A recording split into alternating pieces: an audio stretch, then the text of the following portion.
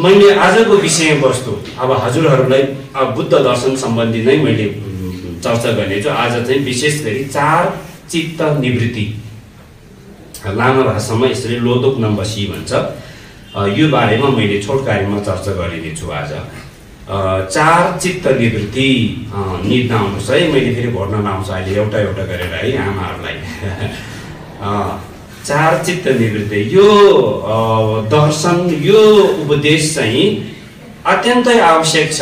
हाम्रो लामा धर्म गुरुहरू गुफा बस्नुभन्दा अगाडि पनि उमन्डो पूर्व अभ्यासको साधना गरेर मात्रै बल्ल छम गुफा बस्नेको साधना चाहिँ सुरुवात हुन्छ।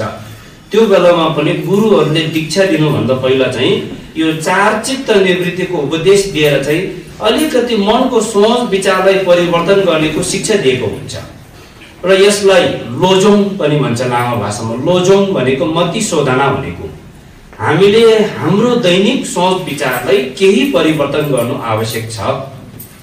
हाम्रो सोच विचार जस्तोको तस्तै रहिरह्यो भने हामी परिवर्तन हुँदैन।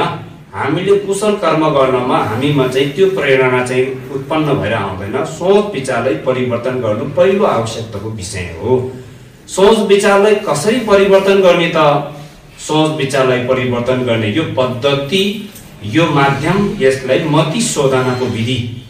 यस मति शोधनाको विधि अन्तर्गतमा 4 चित्त निवृत्ति एउटा महत्त्वपूर्ण बुद्ध दर्शनसँग जोडिएको एउटा पक्ष हो, 4 चित्त निवृत्ति। र यो 4 चित्त निवृत्ति मध्ये अब म क्रमैसँग भनेर यसको व्याख्यातिर जानेछु। निवृत्ति हो मानव जीवन दुर्लभ। मानव जीवन दुर्लभ भन्नुहोस् त एकपटक। मानव जीवन दुर्लभ हो, त्यस्तो भन्दाखेरि मलाई साह्रै खुसी लाग्छ है। मानव जीवन दुर्लभ पहिलो चित्त निवृत्ति मध्ये पहिलो मानव जीवन दुर्लभ। अब दोस्रो चित्त निवृत्तिको विषय हो मरण अनित्य। भन्नुहोस् त, मरण अनित्य है, यो दोस्रो चित्त निवृत्तिको विषय। अब तेस्रो चित्त निवृत्तिको विषय हो कर्म हेतु फल। भन्नुहोस् त, कर्म हेतु फल, यो तेस्रो चित्त निवृत्तिको विषय। अब चौथो चित्त निवृत्तिको विषय हो सांसारिक दोष। भन्नुहोस् त, सांसारिक दोष हो। यो 4वटा कुरा चाहिँ लामाहरूको भाषामा त दालजरुनिएकावा छिवा मेतवा ले ग्युटे खोरी निमिक भनेर सिकाउँछ लामाहरूले लामाकै भाषामा है। अब हामी सामान्य चाहिँ हामीलाई चाहिँ अब यो नेपाली भाषामा यसलाई व्याख्या गरेर सिकाउनु पर्दा पहिलो चित्त निवृत्तिको विषय मानव जीवन दुर्लभ। यो मानव जीवन दुर्लभ भनेर पटक पटक बुद्धको दर्शनमा उल्लेख गरिएको छ। दालजुर दिन्ने सिन्धुन्य बर्का के भए धुन्डुप थोक्रो जुगाला खल्दे तेला फिम्बा मडुम्न छिदे याँदा जो बर्खाला यो भनेर बुद्धको दर्शनमा लेखिएको छ। ओहो, मनुष्यको जीवन त त्यसै पाउँदैन रहेछ। धेरै धर्म पुण्य सञ्चय गरेको फलले मात्रै मनुष्यको झोला प्राप्त हुँदो रहेछ भनेर व्यापक व्याख्या गर्नुभएको छ भगवान बुद्धले। यो जीवन प्राप्त गर्नको लागि पूर्व जन्ममा शील पालना गरेको, समाधि साधना गरेको, प्रज्ञा सञ्चय गरेको व्यक्तिले मात्र मानवको जीवन प्राप्त हुन्छ। र यो मानव जीवन प्राप्त हुनु यसमा पनि एकदमै दुर्लभ। पशुमा जन्मिनु, प्रेतमा जन्मिनु, नर्कमा जन्मिनु, देवता भएर जन्मिनु, दानव भएर जन्मिनु भन्दा मानव भएर जन्मिनु सबभन्दा कठिन छ भनेर बुद्धको वाणीमा व्यापक उल्लेख भएको हामी पाउँदछौँ। र यो मानवको जीवन चाहिँ यति दुर्लभ हो कि दालजुर दिन्ने सिन्धुन्यका यो 18वटा लक्षणले सुसम्पन्न छ रे। मानवको जीवनलाई हामीले अध्ययन गरेर हेर्ने हो भने हामीमा अहिले 18वटा लक्षण चाहिँ परिपक्व भएको छ। तर हामी दुर्भाग्यवश आफ्नो लक्षणलाई आफैले चिन्न नसक्दा, आफ्नो गुणलाई आफैले चिन्न नसक्दा, आफूलाई आफैले चिन्न नसक्दाखेरि हामी चाहिँ अनि कुकर्म गर्न पुग्ने, सुख पाउने बाटो र दुःख पाउने बाटोलाई राम्रो पहिचान गर्न नसक्दाखेरि चाहने त सुख नै चाहेको छ, दुःख चाहेको छैन। तर सुख चाहेर पनि सुख प्राप्त गर्नेको कर्म गर्न नसक्नु तपाईँ हाम्रो अज्ञानता हो नि। अब यो अज्ञानता हामीले यसलाई ज्ञानमा परिणत गर्नको लागि पहिलो कुरा आफूले आफूलाई चिन्ने, म को हो, म यदि मानव हो भने मेरोमा 18वटा लक्षण सुसम्पन्न भएको छ। 18वटा लक्षण मध्ये पहिलो कुरा यदि म नर्कको प्राणी भएर जन्मेको भए आज मैले धर्म गर्न पाउने थिएन, त्यसमा गर्व हुनु पर्यो है। दोस्रो कुरा, म प्रेत लोकमा जन्मेको भए आज म भोग र तिर्खको दुःखले मैले कुनै हालतमा धर्म कर्म गर्न सक्ने थिएन। दोस्रो कुरा त्यहाँ छ, यदि आज म पशु भएर जन्मेको भए मैले यो प्रवचन सुन्न पाउने थिएन, मैले पुण्य कर्म गर्न सक्ने थिएन, त्यसमा पनि हामी गर्व गर्नुपर्ने। यदि आज म मनुष्य भएर त जन्मियो, मेरो हात खुट्टा नचल्ने, शारीरिक अङ्गहरू परिपूर्ण नहुने नभएर त्यस्तो अवस्थाको जन्म लिएर म जन्मिएको भए आज मैले धर्म कर्म गर्न सक्ने थिएन। आज म दानव भएर जन्मेको भए मैले धर्म र कर्म गर्नेको सोच विचार मेरो मनमा पलाउने नै थिएन। त्यो पनि एउटा लक्षणको कुरा हो। यदि म मनुष्य भएर पनि भगवान बुद्धको उपदेश, भगवान बुद्धको काया वाका चित्तको कुनै नाम निशाना नै नभएको ठाउँमा मेरो जन्म भएको भए आज मैले यो धर्म कर्म अरूको लागि केही गर्नुपर्छ भन्ने सोच विचार मेरो मनमा पलाउने नै थिएन। त्यो पनि सौभाग्यको कुरा हो मेरो लागि। र यदि आज म देवता 33 कोटी देवलोकको देवता भएर जन्मेको भए पनि म सुखै सुख आनन्दै आनन्दको जीवन जिएर त्यसमै सीमित भएर बस्थे, मैले धर्म गर्ने थिएन। त्यसकारण यस अर्थमा म भाग्यमानी रहेछ भनेर आफूलाई आफूले चिन्ने माध्यम हो यो कुराहरू चाहिँ। भगवान बुद्धको आगमन भएर उहाँले सुनाएको धर्म, उहाँ त परिनिर्वाण भएर जानुभयो, तर उहाँले देखाएको धर्म प्रवचन अहिले पनि जीवित छ, जस्ताको तस्तै छ। यदि तपाईँ हामीले आफ्नो क्षमता अनुसार, मति क्षमता अनुसार हामीले त्यसलाई बुझेर अनुसरण गर्न सक्यौँ भने अहिले पनि हामी बुद्धत्व प्राप्त गर्न सक्ने प्रशस्तै उपायहरू छ, बाटोहरू छ। भगवान बुद्धले धर्म सुनाउनु भयो, त्यो धर्म मार्गमा हामी पनि अनुसरण गरेर लागिरहेको छ र हामीलाई त्यो बाटो देखाउने, हामीलाई दीक्षा निर्देशन दिने धर्मगुरुहरू पनि अहिले हामीलाई प्राप्त भएको छ। यो विविध लक्षणहरू गर्यो भने 18वटा लक्षण छ यसमा है। यो एक एक गरेर गिन्ती गर्नेलाई त यहाँ लेखाइ सिकाउनु पर्छ। जे होस्, मनुष्य जीवन दुर्लभ। 4 चित्त निवृत्तिको पहिलो विषय हो मनुष्य जीवन दुर्लभ। यस्तो दुर्लभ मनुष्य चोला है। भारतवर्षको एकजना नालन्दाको विद्वान आचार्य शान्तदेवले बोधिसत्व चारै अवतार ग्रन्थमा लेखिएको छ मानव जीवन दुर्लभको बारेमा एउटा उदाहरण प्रस्तुत गर्नुभएको छ। बडो रोचक छ त्यो उदाहरण। एकछिन आँखा चिम्लेर भावना गर्नुपर्छ, ओहो यो त सम्भव नै छैन भन्ने जस्तो हामीलाई लाग्छ लगभग।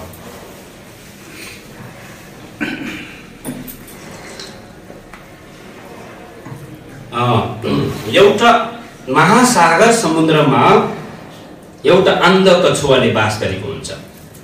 अन्धो कछुवा, आँखा नदेख्ने कछुवा महासागर समुद्रमा बास गरेको हुन्छ र त्यो अन्धो कछुवा 100औं वर्षमा मात्र एकपटक समुद्रको सतहमा निस्किन्छ रे माथि। 100औं वर्षमा एकपटक समुद्रको सतहमा निस्किन्छ। त्यो समुद्रको सतहमा सुकेको काठको टुक्रा चाहिँ तैरिरहेको छ समुद्रमा। समुद्रको माथि सुकेको काठको टुक्रा तैरिनु भनेको त्यो काठको टुक्रा एकछिन पनि एक ठाउँमा बस्दैन। तपाईँ हामीलाई थाहा भएकै कुरा हो। समुद्रको पानीको गतिले, हावाको गतिले त्यो त यता पूर्व पश्चिम उत्तर दक्षिण घुमिरहेको छ। त्यो काठको टुक्रा त सुकेको काठ, त्यो पनि अन्धो कछुवा 100औं वर्षमा एकपटक समुद्र सतहमा निस्किनु, सुकेर बसेको काठ समुद्रको सतहमा तैरिरहेको काठको टुक्रासँग अन्धो कछुवाको टाउको एकछिन राखेर त्यो दुईवटाको मिलन हुनु भनेको एकदमै दुर्लभ हो। यो संयोग भन्ने कुरा चाहिँ यो हुनै नसक्ने जस्तो लगभग हामीलाई लाग्छ। तर कदम कदाचित संयोगवश यो दुईवटा चिज, सुकेको काठको टुक्रा, अन्धो कछुवाको भेट भएको जतिकै मानवको जीवन दुर्लभ प्राप्त हुनु त्यतिकै दुर्लभ छ भनेर आचार्य शान्तदेव भन्नुहुन्छ। हामीलाई लाग्छ संसारैभरि मान्छे त यति साह्रो दुर्लभ त हुनु नपर्ने, बजारैभरि मान्छे छ, गाउँ बजारै देश विदेश जहाँ जान्छ मान्छे छ। तर मनुष्यले आफूले आफूले चिन्न नसक्दाखेरि मेरो मूल्य मान्यता कति दुर्लभको जीवन मलाई प्राप्त भएको रहेछ र मैले यदि यो आफ्नो यथार्थलाई आफ्नो वास्तविकतालाई पहिचान गरेर यदि मानिसले कर्म गरियो भने यति कर्म गर्न सक्छ मान्छेले। एकजना मानिसले लाखौं लाख मानिसलाई उद्धार गर्न सक्ने, दुःखबाट बचाउन सक्ने त्यस्तो क्षमता देवतामा हुँदैन, दानवमा हुँदैन, कुनै पशु प्राणीमा त हुने कुरै भएन, तर मनुष्यमा त्यस्तो शक्ति हुन्छ। त्यसकारणले गर्दा अतीतको बुद्धहरू बोधिसत्वहरू मनुष्य देहकै माध्यमबाट नै ज्ञान प्राप्त हुन सफल भयो नि। आजसम्म 33 कोटी देवता। अब संसार छलोकको विषयमा त हाम्रो भावचक्रमा हेरिए अनुसार चाहिँ सबैभन्दा मुनि नर्कलोक, त्यो भन्दा माथि प्रेतलोक, त्यो भन्दा माथि पशुलोक, पशुभन्दा माथिल्लो लोक मनुष्यलोक, मनुष्य भन्दा माथि चाहिँ असुरलोक अथवा दानवलोक, दानवलोक भन्दा माथि देवलोक, देवलोकलाई स्वर्गलोक पनि भनेको छ कुनै धर्म परम्पराले। तर बुद्ध धर्मको दर्शनले देवलोक भनेको संसार नै हो। 33 कोटी देवता भएर जन्मिनु कुनै ठुलो कुरा होइन। पुण्य पतन भइसकेपछि दुर्गतिमा नै जन्मिन्छ भनी बुद्धको दर्शनले प्रष्ट गरेको छ। त्यसकारणले यो संसार छोलोकमा देवी देवताले पनि यति सुख र शान्तिको जीवन जिएको छ, तर मनुष्यको जस्तो क्षमता हुँदैन। ज्ञान प्राप्त गरेर समस्त प्राणीलाई नै दुःखको जीवनबाट उद्धार गरेर बुद्धको ज्ञान र बुद्ध भूमिमा पुर्याउने त्यो क्षमता मनुष्यमा हुन्छ। त्यसकारणले मनुष्य जीवन अत्यन्तै दुर्लभ रहेछ भनेर भन्नुभयो।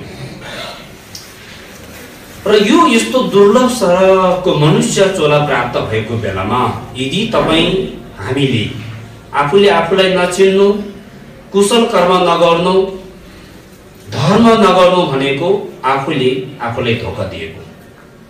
एउटा महासागर समुद्रमा चिन्तमणिको सागरमा पुगेर रिक्तो हात फर्किएको जस्तो, सुन खानीमा पुगेर रिक्तो हात फर्किएको जस्तो बाहेक जीवन चाहिँ अर्थहीन भएर जान्छ।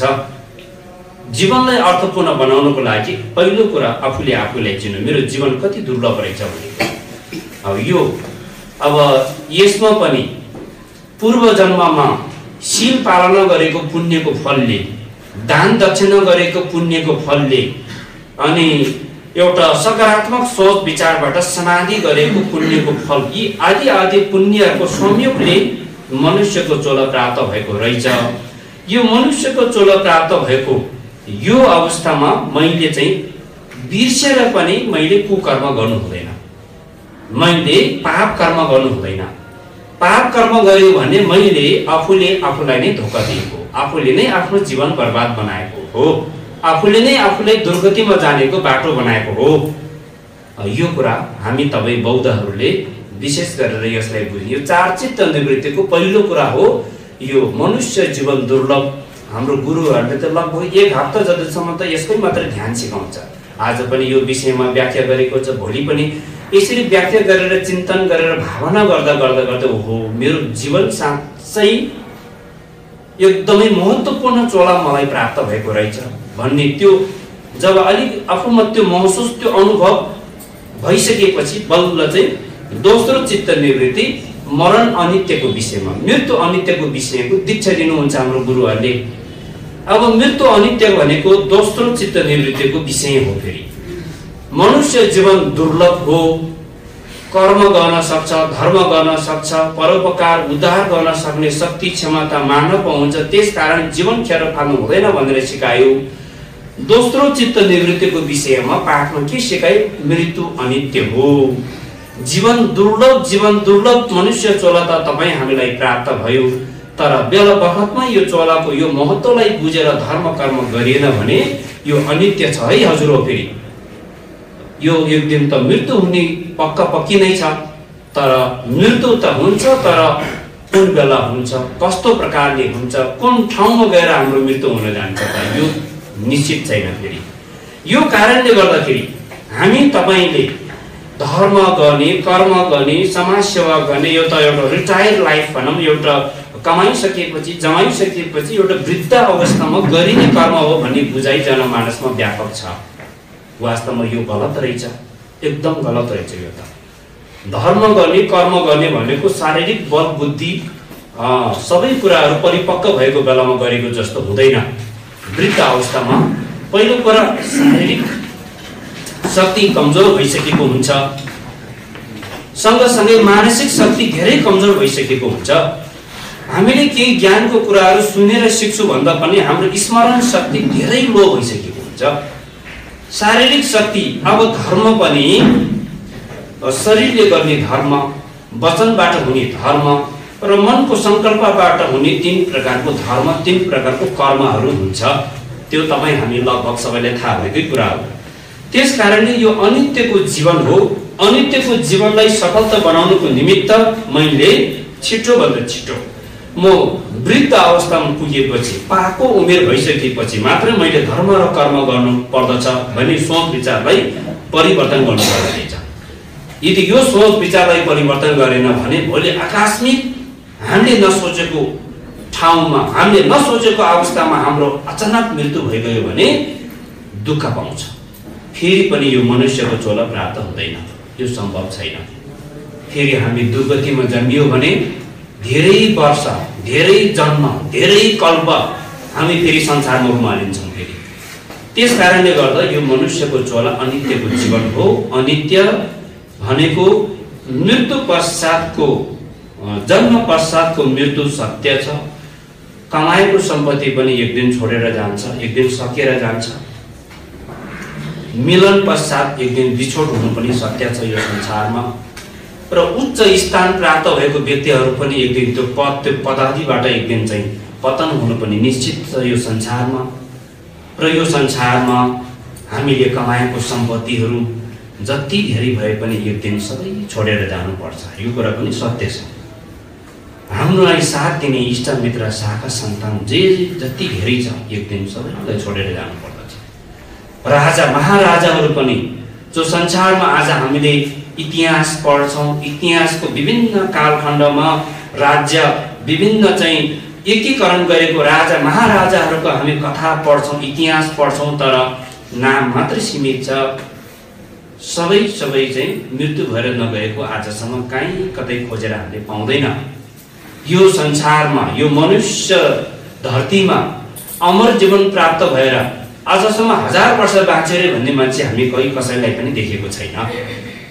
त्यसकारण पहिलोको मान्छेहरू त प्राकृतिकसँग नजिक, विभिन्न चाहिँ खाने कुरा, काम गर्ने, कर्म गर्ने शैली सबै कुराहरू चाहिँ प्राकृतिकसँग नजिक भएको कारणले स्वास्थ्य पनि राम्रो, मानसिक पनि राम्रो, आयु लामो हुने भयो।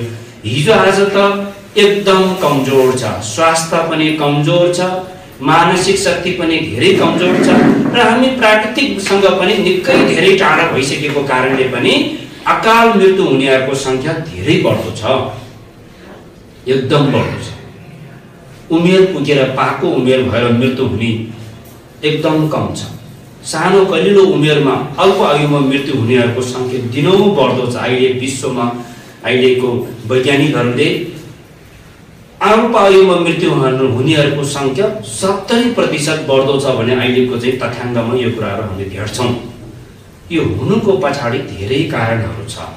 आफूले आफूलाई बुझ्न नसक्दा, आफूले आफूलाई चिन्न नसक्दा र जीवनयापन गर्ने शैलीलाई अपनाउन नजान्दाखेरि मान्छे आफूले आफूलाई रोगी बनाउने है, आफूले आफूलाई नै कमजोर बनाउने, आफूले आफूलाई नै पछुतावा आउने खालको कर्म गरिरहेको हुन्छ है। यो कुरा चाहिँ मृत्यु अनित्यको विषयको कुरालाई एकपटक चिन्तन गर्ने हो भने मैले कमाएको सम्पत्ति, मेरो इष्ट मित्र, मेरो नाम इज्जत, यो सबै कुरा त एक दिन मैले छोडेरै जानु छ। दिन बितिरहेको छ। हामी जन्मदिन मनाउने, खुसियाली मनाउने एउटा प्रथा प्रचलन बसेको छ। तर के छ भने यो घडीको सेकेन्ड अगाडि बढिरहेको छ। तपाईँ र हाम्रो मृत्युको दिन नजिक आइरहेको छ। यो कुरा पनि हामीले ध्यान दिनै पर्छ।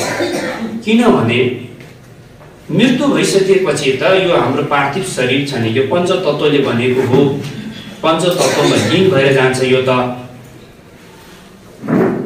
यो चित्त विज्ञानले यो शरीरमा बास गरेको छ आजसम्म। राति सुत्छौँ बिस्तारामा, भोलि बिहान त्यो बिस्तारामा आफूले जीवित पाउँछ या पाउँदैन त्यो पनि बडो गजबको कुरा छ। फेरि एकदमै अचम्मैको कुरा छ। त्यसकारण हामी राति सुत्ने बेलामा समेत पनि धेरै मनको धेरै कुराहरूको सोच विचार परिकल्पना गरेर हामी सुतेको हुन्छौँ। तर कसैले पनि अचानक म मृत्यु भइहाल्यो भने मेरो लागि त भोलिको दिन भन्दा त अर्को जन्म नै पहिला आइपुग्यो, परलोक भइसक्यो भने त भोलि बिहानै नआउने भयो। त्यसकारण पुनर्जन्मको विषयमा पनि एकपटक सोचेर मात्र तपाईले सुत्नुहोस् है भनेर हाम्रो गुरुहरूले सिकाउनुहुन्थ्यो। ध्यान भनेको यस्तै कुराहरूको संकल्प गरेर चित्त निवृत्ति, मनलाई वैराग्यको भावना, मनलाई सांसारिक रमझम बनाऊ, यो संसारको यो रङ्गी चङ्गी दुनियाँबाट अलिकति मनलाई चाहिँ मोडिफाइड गर्ने, थोरै चाहिँ परिवर्तन गर्नेको एउटा साधना पद्धति हो। यो चाहिँ राति सुत्छौँ तर अचानक केही कारणवश मृत्यु भइगयो भने भोलि बिहान आफूले जीवित अवस्थामा पाउँदैन। त्यसकारण बिहान तब तपाईँ हामी जब निद्राबाट बिउजिन्छ नि, एकपटक आफूले खुसीको महसुस गर्नुपर्छ। आज म आफै जीवित अवस्थामा पाएकोमा आफूले खुसीको महसुस गर्नुपर्छ। त्यो पनि हुन त आफ्नो कर्मको फलले गर्दाखेरि आफूले जीवित पायो, तर पनि हाम्रो चित्तमा एउटा श्रद्धा भक्तिलाई बलियो बनाउनको लागि भगवान बुद्धको आशीर्वादले गर्दा आज म आफूले जीवित पाएँ। मेरो गुरुहरूको आशीर्वादले गर्दा म आफूले आज जीवित अवस्थामा पाएँ, धन्य छ भनेर एकपटक त्यसरी चाहिँ अनुमोदन गर्ने, त्यसरी चाहिँ संकल्प गर्नु पनि एउटा भक्ति विश्वासलाई बलियो बनाउने एउटा आधार। अथवा बिहान जब निद्राबाट बिउजिने बित्तिकै तपाईँले त्यस्तो सोच राख्नु पनि एउटा सकारात्मक सोच, दिनभरिको तपाईँको काम कार्यहरूमा त्यसले धेरै ठुलो प्रभाव पारिरहेको हुन्छ। मृत्यु अनित्य, एकदमै जीवन क्षण क्षणमा हाम्रो मृत्युको दिनहरू क्षणहरू नजिक आइरहेको छ। यो कुरामा हामी सबैले ध्यान दिन आवश्यक छ। मृत्यु पश्चात हामीले लगेर जाने चिज चाहिँ हाम्रो चित्त सन्तुष्टिमा पुण्य गरेर, परोपकारी काम गरेर, समाज सेवा गरेर, मनमा मैले कसैको चित्त दुखाएको छैन, मैले समाज सेवा गरेर धेरै मान्छेलाई मैले सुख सन्तुष्टि दिएको छु, मैले मेरो घर परिवारलाई पनि मैले सक्दो चाहिँ कर्म दिएको छु भनेर एउटा सन्तुष्टिको भावना मनमा चाहिँ चित्त सन्ततिमा चाहिँ त्यो बिजन चाहिँ रोपेर त्यो हुर्काउन सक्यो भने मरेर गइसकेपछि चित्त त जीवित रहने चिज हो। त्यसकारणले चाहिँ धर्म गरेर पुण्य पाउन पनि यो चित्त सन्ततिमा हुने कुरा पाउने हो। बाहिर हुने आकार प्रकारमा रहेको वस्तु त छोडेर जाने चिज भयो। यदि पाप कर्म गर्यो, यदि सम्पत्ति कमाउनुको लागि कुकर्महरू गर्यो अथवा आफ्नो स्वार्थीको लागि विविध काम कर्म पाप कर्महरू गरेको छ भने त मरेर जाँदाखेरि त पछुता मात्र बोकेर जान्छ। अनि त्यो शरीर त छोडेर गयो, त्यो पछुताको पोको चाहिँ चित्त सन्ततिमा रहने भएको कारणले गर्दाखेरि दुःख पाउने, मरेर स्वर्ग जाने र नर्क जाने भन्ने कुरा कहीँ कतै बाहिर रूपमा देखाउने चिज नभइकन यो चित्त सन्ततिमा सन्तुष्टिको अनुभव उटालेर जाने मान्छेले सुखको अनुभूति प्राप्त हुन्छ। स्वर्ग भन्ने वर्णन गरे पनि सुखावती भन्ने पनि त्यो चित्त सन्ततिको एउटा सन्तुष्टि तत्त्व नै हो। मृत्यु पश्चात जब चाहिँ जीवित अवस्थाको त्यो पछुताप, विगतको दिनहरूमा गरेको पाप कर्महरूप्रतिको त्यो पछुतापको भावना, चिन्तको पोको बोकेर जब मृत्यु भएको छ भने त्यो चित्त सन्ततिको त्यो पापको पछुतापको पोकोले गर्दा पीडादायी हुन्छ। दुःख कष्टको अनुभव महसुस त्यो नै हो। नर्क भने पनि दुर्गति भने पनि तत्त्व त्यो एउटै तत्त्व। त्यो बाहिर रूपमा देखाउने हामी तपाईलाई लगभग हामी सामान्य व्यक्तिहरूको यस्तो इमेजिङ गर्दा हामीले एउटा परिकल्पना गर्दा स्वर्गलोक भनेको चाहिँ मरिसकेपछि यो लोक भन्दा, यो मनुष्य धरती भन्दा, यो पृथ्वी मण्डल भन्दा अलि छुट्टै लोकमा एउटा चाहिँ लोक धातु छ। नर्कलोक भनेको यो पृथ्वी मण्डल भन्दा लगभग तल्लो भुइँतलमा चाहिँ एउटा छुट्टै लोक छ। लगभग कता कता बुझाइ त्यस्तोमा पनि हामी छौँ। त्यस्तो प्रकारले व्याख्या गरेर बुझाउने पाटो पनि छ धर्म दर्शनहरूमा। तर हामीले राम्रोसँग बुझ्दै जाने हो भने भगवान स्वर्ग भन्ने चिज त कहीँ कतै बाहिर नभइकन मेरै चित्त सन्ततिमा आज मैले समाजको काम, मैले सेवा परोपकारी काम, मैले कुशल कर्म गरेर मेरो चित्त सन्ततिमा मैले अनन्त सन्तुष्टि शान्तिको मैले अनुभूति जति जमाउन सक्यो स्वर्ग त्यहीँबाटै उत्पन्न हुने तत्त्व रहेछ, बाहिर आकार प्रकारको रूपमा छैन रहेछ। र नर्ग भन्ने तत्त्व पनि जब मैले परोपकारी काम गर्न सकेन, कुकर्म गरे, पाप कर्म गरे, त्यसले जब पछुतावको पोको मनमा चाहिँ जीवित छ भने त्यो दुःख र कष्ट पीडादायी नर्ग भन्ने तत्त्व पनि त्यो तत्त्वबाट नै सिर्जना हुने रहेछ। यसरी हामीले बुझ्नुपर्ने कुरा हो यो चाहिँ। त्यसकारणले स्वर्ग र नर्ग भन्ने कुरा, यो सबै कुरा तपाईँ हामीले अनित्यको भावना गर्ने क्रममा अब गुम्बामा प्रवचन सुन्ने, धर्ममा आउने लगभग धेरै जसो 50 वर्ष पुगिसकेको आमाहरू, बाबाहरू, बजेहरू, बाजेहरू आउने एउटा संस्कार बसेको छ। के छ त हाम्रो संस्कार?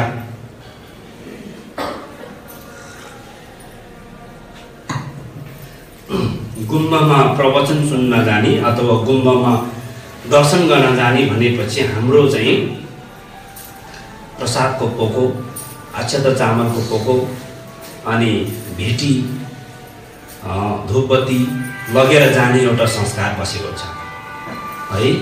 अहिले पनि हामीमा त्यो संस्कार छ, त्यो राम्रो हो त्यो संस्कार चाहिँ।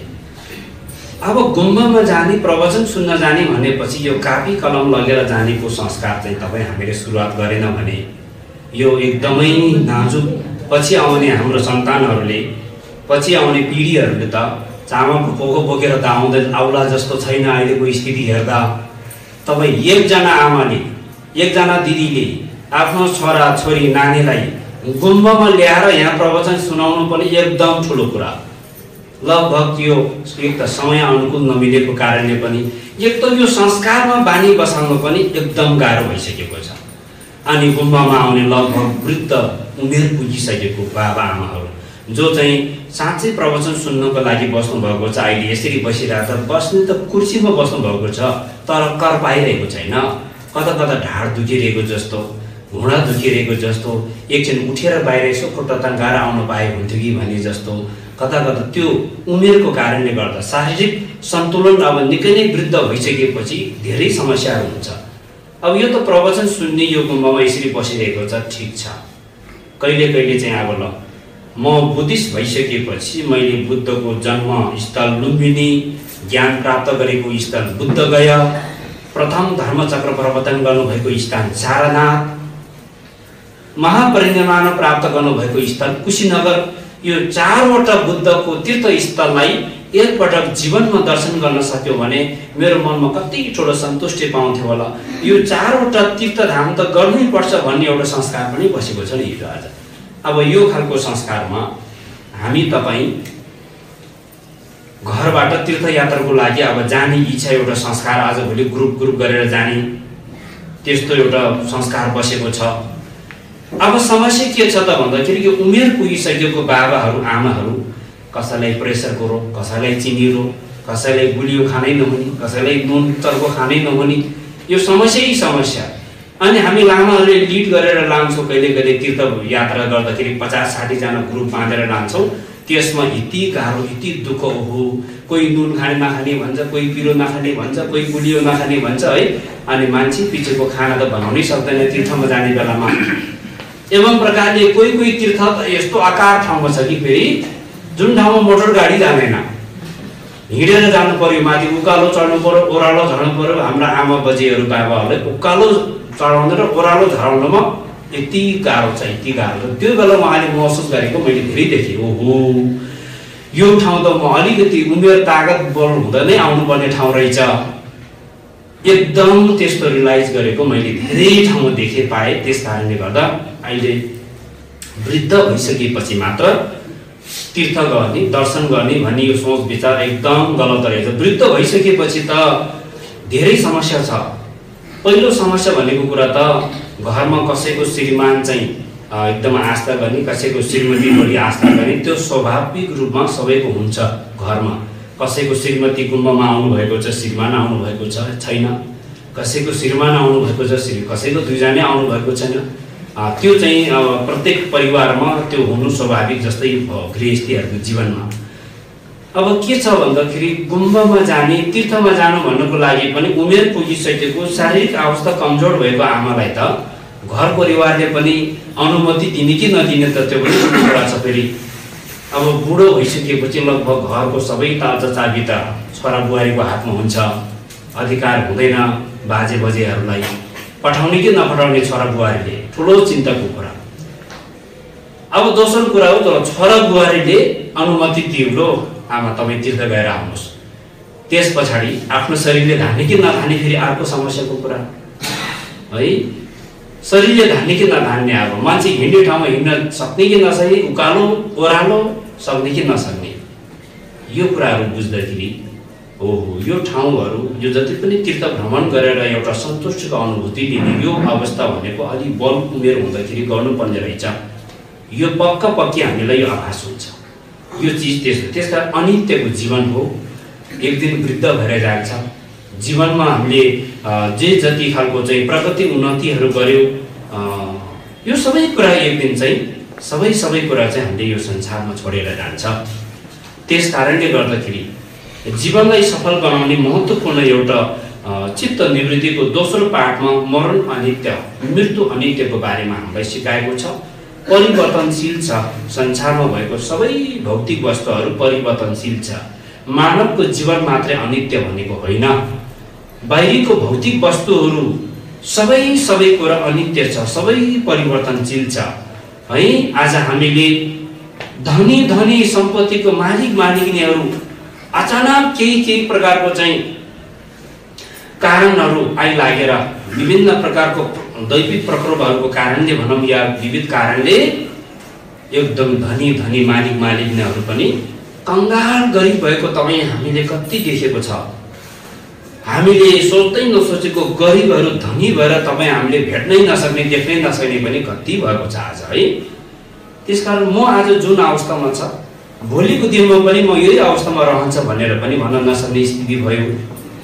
त्यस कारणले गर्दा यो चिजहरूलाई विचार गरेर एउटा जीवनलाई सफल बनाउने, म एकदम मरेर जानु छ, मृत्यु पश्चात मैले चाहिँ आज कमाएको सम्पत्ति, शाखा सन्तान, नाम इज्जत, यो कुराहरूले मलाई साथ दिँदैन। मैले आज आफूले जे जति पुण्य गर्यो, मैले जे जति आत्मसन्तुष्टि मैले कमाएँ, यो चिज चाहिँ मेरो लागि ठुलो चिज रहेछ भन्ने कुरामा चिन्तन गर्ने पाठ सिकाएको छ, मृत्यु अनित्य।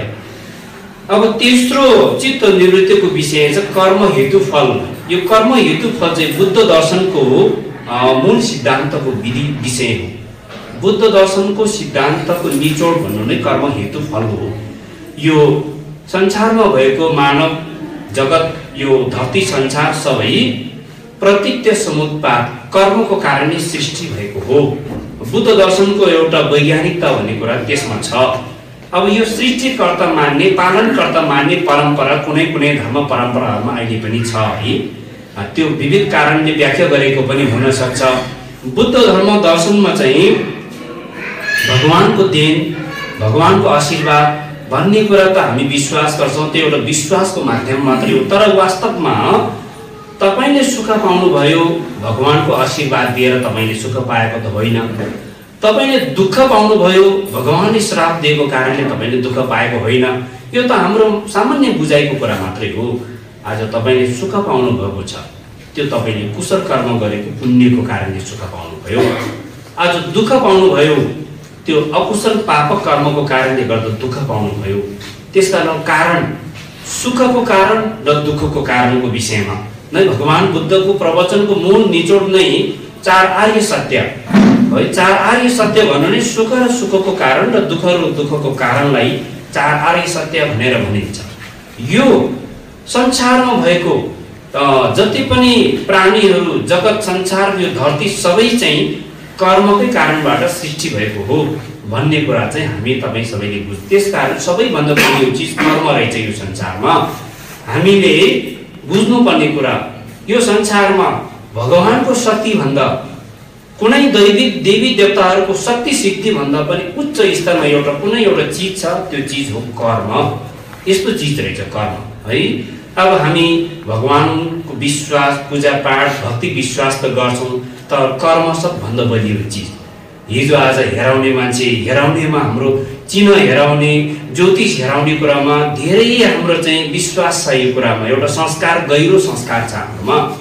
अब एउटा कुरा प्रसङ्ग मैले के जोड्न चाहे भने, विवाह गर्ने वर्ग मिल्यो कि मिलेन है, वर्ष मिल्यो कि मिलेन भनेर हेराएर एकदम हेराएर चाहिँ विवाह गर्ने प्रथा प्रचलन हामीमा छ। त्यो बाबा आमाले आफ्नो पुरानो संस्कारलाई पनि जोगाउने मात्रै टेवा त पुग्यो, धर्मसँग नजिक हुनेमा पनि त्यसले चाहिँ ठुलो टेवा पुग्यो। तर हेराएर विवाह गर्ने ज्योतिष विज्ञानमा हामीले मोटामोटी हेराउँदा यो केटा यो केटी दुईजनाको वर्ग पनि मिलेको छ, पार्ग पनि मिलेको छ, खाम पनि मिलेको। यो भन्ने शब्द चाहिँ बौद्ध ज्योतिषको शब्द। हिन्दू ज्योतिषमा अब त्यहाँ त राशि मिल्यो कि मिलेन, गण मिल्यो कि मिलेन भन्ने कुरा आउँछ।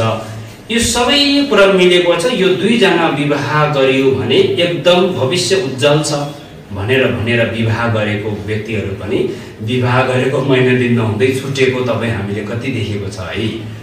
यो दुईवटा वर्ग विवाह गर्नै हुँदैन, आगो पानी सरलै छ, यो हुँदै हुँदैन भन्ने मान्छेहरू पनि विवाह गरेर जिन्दगी जिइरहेको कति देखेको छ हामीले। यो कुराहरू हेरेर अनुभव गर्दाखेरि यो बलियो चिज त कर्म रहेछ नि त। ज्योतिष शास्त्र भन्दा बलियो चिज त कर्मै रहेछ। त्यसकारण आफ्नो कर्म बलियो छ, दुईजना सँगै जिउनेको एउटा कर्मको सम्बन्ध राम्रो छ भने ग्रह दशा पटकै नमिल्ने, वर्गै नमिल्ने, खामयावै नमिल्ने मान्छेहरू पनि राम्रोसँग एउटा सफलताको जीवन जिइरहेको हामीले पाउँछौँ। त्यसकारण तपाईँ हामीले कर्मलाई बढी विश्वास गर्ने, कर्मलाई एउटा बलियो आफ्नो विश्वासमा कर्मको लागि मजबुत बनाउने यो बुद्ध दर्शनले यो सिकाएको छ। वास्तवमा हामी जब तपाईले चाहिँ कुशल कर्म गर्नुभयो, धर्म गर्नुभयो, तपाईको शरीरले पनि कुशल कर्म गर्यो, तपाईको बोली वचनले पनि कुशल कर्म गर्यो बोल्यो, तपाईको सोच विचारले पनि परोपकारी विचार, सकारात्मक सोचको विचार मात्र तपाईले लियो। यो कर्मको अभ्यास गर्दै अगाडि बढ्दै जानुहोस्, तपाईलाई भगवानको आशीर्वादको त कुनै आवश्यकतै परेन। आफूले गरेको कर्मको परिणाम जब चाहिँ प्राप्त हुँदै हुँदै जान्छ, हामीले त्यसलाई भन्दाखेरि भगवानको आशीर्वाद प्राप्त भयो भन्छौँ। यो एउटा परम्परा हो भन्ने एउटा संस्कार हो। तर वास्तवमा त्यो आशीर्वाद, त्यो सुख, त्यो सन्तुष्टि, त्यो उपलब्धि त आफ्नो कर्मको फलले पाएको हो है। अब अहिले चाहिँ समाजमा विभिन्न ठाउँहरूमा ईश्वरको देख, ईश्वरको कृपा, तपाईले नाम विश्वास मात्रै गर्नुहोस् न, रोग बिमार चट्टै सन्चो हुन्छ, यसरी पनि प्रचार गरेको पाउँछौँ। तर वास्तवमा प्रार्थना मात्रै गरेर रोग निको हुने हो भने त किन दबाई खानु पर्यो हैन, किन अस्पतालमा डाक्टर चेकअप गराएर किन चाहिँ यतिका पैसा खर्च गर्नु पर्यो, कर्म नगरेसम्म फल प्राप्त हुँदैन भन्ने कुरा 2500 वर्ष अगाडि नै भगवान बुद्धले प्रमाणित गरेर देखाइसक्नुभयो। त्यसकारणले कर्म सबभन्दा कुरा, कर्म बलियो बन्न तपाईँ हामीले कुशल कर्म गर्दै गर्दै गयो भने हामीले सुख र शान्ति पाउँछ। हाम्रो सुख शान्ति, हाम्रो प्रगति उन्नतिमा कुनै दैवले पनि हानि नोक्सानी पुर्याउन सक्दैन। यस्तो बलियो चिज हो कर्म। यदि हामीले पाप कर्म, अकुशल कर्म मात्रै गर्दै गर्दै गयो भने हामीलाई ग्रह दशा बिग्रियो भने पनि, कसैले चाहिँ दुःख कष्ट दियो, मलाई अरिस गर्यो, मलाई चाहिँ उनले चाहिँ नराम्रो गर्यो, नराम्रो व्यवहार गर्यो आदि आदि जे भने पनि वास्तवमा आफ्नै कर्मको फलले गर्दाखेरि दुःखसँग नजिक हुँदै जान्छ। जब हामीले कुशल कर्म गरियो त सुखसँग हामी नजिक हुँदै जान्छ। कर्म सबभन्दा बलियो चिज हो। कर्म हेतु फल, यो बुद्ध दर्शनको सबभन्दा महत्त्वपूर्ण एउटा बुद्ध दर्शनको सार भनौँ यसलाई। हामीले धान रोप्छौँ, मकै फल्दैन, कोदो रोप्छौँ, धान फल्दैन, बिउ जे रोप्यो त्यो फल चाहिँ उत्पादन हुन्छ। यो कर्मफल। त्यसकारण आज हामीले कुशल कर्म गर्यो त यसको फल सुख र सन्तुष्टि प्राप्त हुन्छ। आज हामीले अकुशल पाप कर्म गर्यो त यसको फल दुःख र कष्ट हामीलाई प्राप्त हुन्छ। यो हो कर्मफल।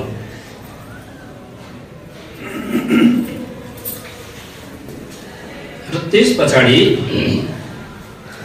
चौथौं चित्त निवृत्तिको विषय हो सांसारिक दोष। सांसारिक दोष, संसारमा हामीलाई लाग्छ सुख छ, आनन्द छ, सम्पत्ति कमाउन सकियो भने अनन्तको जीवन जिउन पाउँछ। यो यस्तो सोच विचार हामी सबैमा छ। तर यो वास्तवमा परम सुख होइन। हामी जन्मैनी अवस्थाको दुःख छ, वृद्ध अवस्थाको दुःख छ, बिमारी अवस्थाको दुःख छ, आफूले चाहेको वस्तु प्राप्त नहुँदाखेरिको दुःख छ, आफूले मन परेको व्यक्तिहरूसँग बिछोड भएर बस्नु पर्दाखेरिको दुःख छ, मृत्यु हुने अवस्थाको दुःखकै संसारमा हामी जिरहेको छ।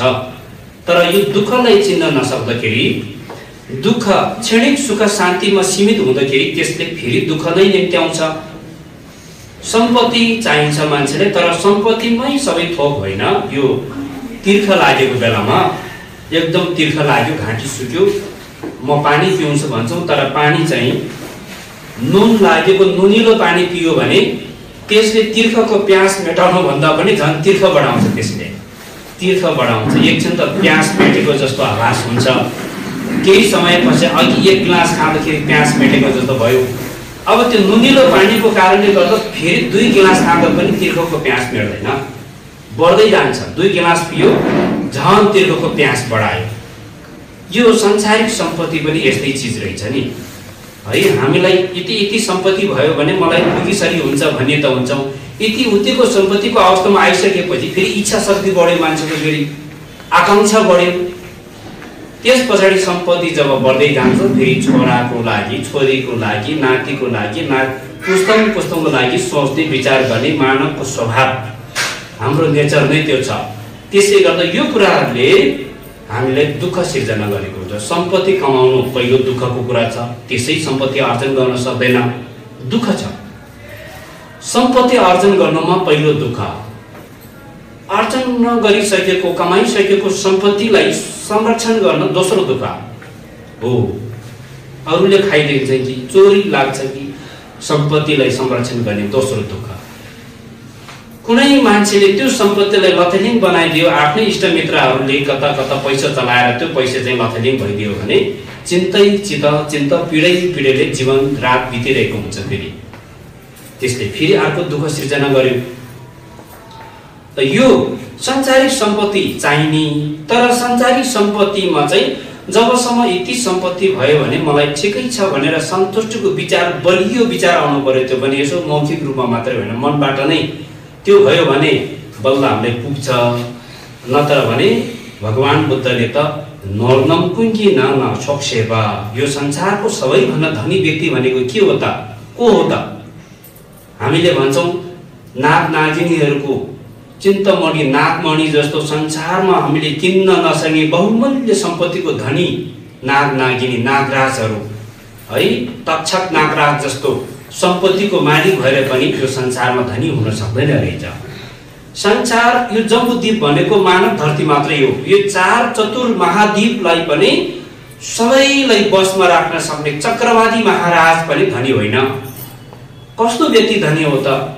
जो व्यक्तिको आत्मामा आत्मा सन्तुष्टिको भावना उब्जेको छ, त्यो व्यक्ति नै वास्तवमा धनी चाहिँ त्यो व्यक्ति हो भनेर बुद्धको दर्शनले त्यो भनेको छ। भगवान बुद्धले सम्पत्ति धेरै भएर धनी हुँदैन रहेछ, सम्पत्ति थोरै भएर गरिब हुँदैन रहेछ।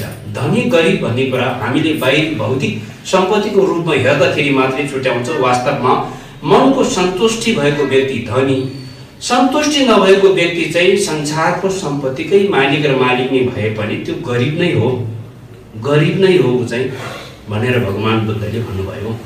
त्यसका हामी चाहिँ मूल कुरा आफूमा जति छ त्यसमा सन्तोष लिने, नत्र भने सन्तोष लिएर इच्छा आकांक्षा बढाउँदै गयो भने त्यसले समस्या निम्त्याउँछ, दुःख निम्त्याउँछ। त्यसतर्फ तपाईँ हामीले ध्यान दिनु आवश्यक छ। संसारिक दोष, मनुष्यको जीवनको दुःख, पशु प्राणीहरूको दुःख तपाईँ हामीले देखेको छ। बजारमा पशु प्राणीहरू त अब खेत जोताउने, भारी बोकाउने है, मासु काटेर खाने, कति दुःख कष्टको जीवन पशु प्राणीहरूले भोगिरहेको छ। त्यो पनि एउटा त्यसको एउटा दोष छ, एउटा कमी कमजोरी छ बिचारा। प्रेतको प्राणीहरू कहिले पनि पानी पिउन नपाउने, एउटा अन्नको दाना समेत पनि मुखमा चाख्न नपाउने, भोग र तिर्खकै जीवन दिएर हजारौं वर्षसम्मको जीवन जिउनु पर्ने दुःख प्रेतलोकमा छ। हामीले प्रेत भनेको कस्तो होला भन्छौँ, मरिसकेपछि कुनै पितृहरूको आत्मा वायु बातास भएर हिँड्यो, पुनर्जन्म पाउन सकेन रहेछ भनेर भन्छन्। प्रेत भनेको त्यो हो, नयाँ जुनी पाउन सकेन, आत्मा चाहिँ भोकारेर हिँड्यो। तीर्खको प्यास, भोग र तीर्खको प्यासले तडपिरहेको हुन्छ, खाना पाउँदैन त उसको पूर्व जन्मको कुकर्मको फलले गर्दा हामीले खाना दिन्छौँ तर खाना सक्दैन बिचारा। यति दुःख कष्टको जीवन प्रेतको जीवनमा पनि पशु प्रेत नर्गको जीवन त झन् सबैभन्दा दुःखको जीवन। नर्ग भनेको दुःखको जीवन। एक दिनमा नै 100औं पटक मृत्यु हुनुपर्ने, एक दिनमा नै कयौं हतियारहरूले चाहिँ आफूलाई आफ्नो माथि प्रहार भएर मृत्युको सामना गर्नुपर्ने त्यस्तो दुःख। मनुष्यको दुःख त जन्म, बिमार, वृद्ध, मृत्यु छँदैछ। अनि देवता र दानवको दुःखको अचम्मको दुःख छ। फेरि देवता र दानव मनुष्यभन्दा अलिक उच्च कोटिको हो, तर दुःख धेरैले छ। सधैँ झगडा हुने, सधैँ लडाई हुने। देवताहरू सुख छ, एक प्रकारको आनन्दमय जीवन जिउन पाउने सुखलाई प्राप्त गरेको छ। तर एक दिन त्यो सुख पतन हुन्छ, सधैँभरि त्यो सुख चाहिँ जीवित हुँदैन। देवता र दानवहरूको बीचमा कल्प वृक्ष भनेर रुख उम्रेको छ। कल्प वृक्ष भन्ने रुख चाहिँ यो सत्ययुगमा उम्रिन्छ भन्ने भनाइ छ। त्यो रुख चाहिँ हामीले जस्तो प्रार्थना गर्छ त्यो फल प्राप्त गर्न सक्ने त्यो रुखलाई, त्यस्तो रुखलाई कल्प वृक्ष भनेर भनिदो रहेछ। अब लामाहरूको भाषामा चाहिँ पासङ्गी शिव भनेर भन्छ। त्यो कल्प वृक्षको रुख चाहिँ दानव लोकमा उम्रेको छ। त्यो रुखको हाँगा बिगा सबै माथि 33 कुली देवलोकमा गएर फलेको छ, फुलेको छ। अनि फल खाने देवता, त्यसको जरा दानव लोकमा उम्रेपछि दानवहरूले फेरि त्यसको दाबी गर्ने भयो, हाम्रोमा उम्रिएपछि यसको फल त हामीले खान पाउनुपर्छ, किन तिमीहरूले खायो? यही विषयको कुरा उठाउँदै झगडा हुने, लडाई हुने, हतियार प्रहार हुन्छ। देवता र दानवको लडाई भएपछि सधैँ चाहिँ दानवको हार हुन्छ, देवताको जित हुन्छ। फेरि त्यसरी नै लडाई झै झगडा दानवहरूको सधैँ देवताको हातबाट हार खानुपर्ने।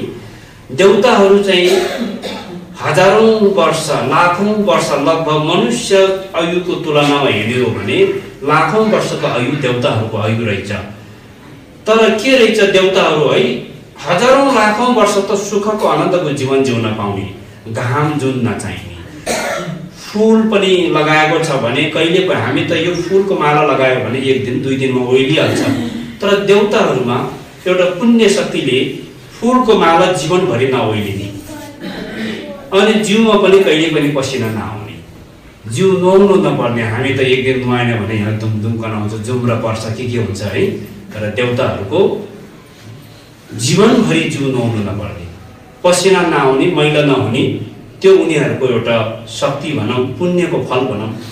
अनि त्यस्तो र कहिले पनि वृद्ध नहुने, उमेरको पाको हो को सानो हो थाहै नहुने, सबैजना 20-22 वर्षकै कलिलो उमेरको देवी देवताहरू चाहिँ जब मृत्युको दिन आउँछ, मृत्युको क्षण आउँछ, कमल फूलको मालाहरू ओइलिने जस्तो, शरीरमा पसिना आउने जस्तो, काखी गनाउने जस्तो है, शरीरमा जुम्रा पर्ने थाल्ने जस्तो, त्यस्तो खालको लक्षणहरू देख्न थालेपछि अब यसको मृत्युको दिन आयो भनेर परिवारबाट, समाजबाट पनि उसलाई अलगै ठाउँमा लगेर छोडिदिने। त्यो बेलामा उसलाई यति दुःख हुन्छ, यति कष्ट हुन्छ। ओहो, मैले यतिका लाखौं वर्ष मोज मस्ती गरेर नै मैले खेरा फालेछ। अब देवतामा त एउटा कस्तो शक्ति हुन्छ भने अबको पुनर्जन्म कहाँ जन्मिन्छ भनेर दृष्टिगोचर गरेर हेर्दा नर्गको दुःख, प्रेतको दुःख, पशुको दुःखहरू देख्दाखेरि आँखाको अगाडि झलझल देख्दा मैले भारी गल्ती गरेछु भनेर त्यतिखेर बल्ल पछुताको भारी बोकेर मर्नुपर्ने दिन आउँछ।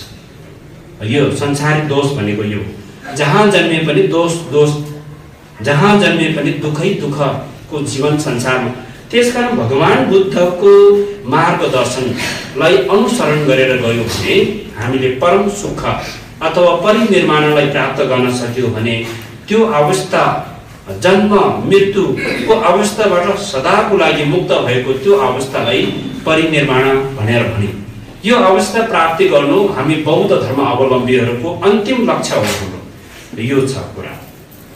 यो 4 चित्त निवृत्तिको विषयको कुरालाई चिन्तन गरेर थोरै भए पनि आफ्नो जीवनलाई परिवर्तन गर्ने, सोच विचारलाई परिवर्तन गर्ने, जीवन शैली परिवर्तन गर्नु भनेको सोच विचार परिवर्तन नभएसम्म जीवन शैली परिवर्तन हुँदैन।